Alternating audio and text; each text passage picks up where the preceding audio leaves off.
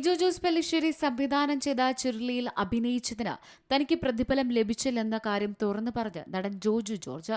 ചിത്രം 2 വേർഷനുകളിൽ ചിത്രീകരിച്ചിട്ടുണ്ടെന്നും തെറിപ്രയോഗമുള്ള ഭാഗം അവാർഡിനെ അയക്കൂ എന്നായിരുന്നു പറഞ്ഞിരുന്നതെന്നും തെറിപ്രയോഗമുള്ള വേർഷൻ റിലീസ് ചെയ്യുന്ന കാര്യം മര്യാദയുടെ പേരിൽ പോലും ആരും വിളിച്ചു ചോദിച്ചിട്ടില്ല എന്നും ജോജു ജോർജ് വ്യക്തമാക്കി.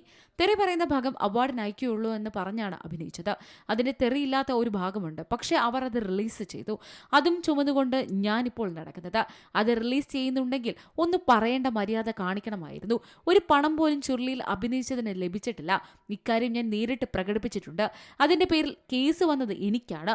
ഒരു മര്യാദയുടെ പേരിൽ പോലും ആരും വിളിച്ച് ചോദിച്ചിട്ടില്ല. പക്ഷെ ഞാൻ ജീവിക്കുന്ന നാട്ടിൽ ഇതൊക്കെ വലിയ പ്രശ്നമായിരുന്നു. അതിനെക്കുറിച്ച് പറഞ്ഞിട്ട് കാര്യമില്ല. അത് അങ്ങനെ സംഭവിച്ചു എന്ന് ജോജു പറയുന്നു. ചുരുളിയിലെ ഭാഷാപ്രയോഗം അതിഭീകരമാണെന്നാണ് ഹൈക്കോടതി നിരീക്ഷണമുണ്ടായത്. സിനിമയിലെ ദൃശ്യങ്ങൾ പരിശോധിച്ച ശേഷം ജസ്റ്റിസ് എൻ നഗരേഷാണ് അഭിപ്രായം വ്യക്തമാക്കിയത്. ചിത്രം പൊതുധാർമ്മികതയ്ക്ക് നിരക്കാത്ത അസഭ്യ വാക്കുകൾ കൊണ്ട് നിറഞ്ഞതാണെന്ന് ചൂണ്ടിക്കാട്ടിയ തൃശൂർ സ്വദേശിനിയായ അഭിഭാഷക പെഗ്ഗി ഫാൻ നൽകിയ ഹർജി പരിഗണിക്കവെയാണ് കോടതി പരാമർശം നടത്തിയത്. ചിത്രം OTT-യിൽ നിന്ന് പിൻവലിക്കണമെന്നാണ് ഹർജിയിൽ ആവശ്യപ്പെടുന്നത്. ഇതേ തുടർന്ന് കേന്ദ്ര സെൻസർ ബോർഡ്, സംവിധായകൻ ലിജോ ജോസ് പെല്ലിശ്ശേരി, നടൻ ജോജു ജോർജ് തുടങ്ങിയവർക്ക് ഹൈക്കോടതി നോട്ടീസ് അയക്കുകയും ചെയ്തു. സിനിമയുടെ സെൻസർ ചെയ്ത പകർപ്പല്ല OTT പ്ലാറ്റ്ഫോമിൽ റിലീസ് ചെയ്തതെന്ന് സെൻസർ ബോർഡ് കോടതി അറിയിച്ചിരുന്നു. News desk C Malayalam news.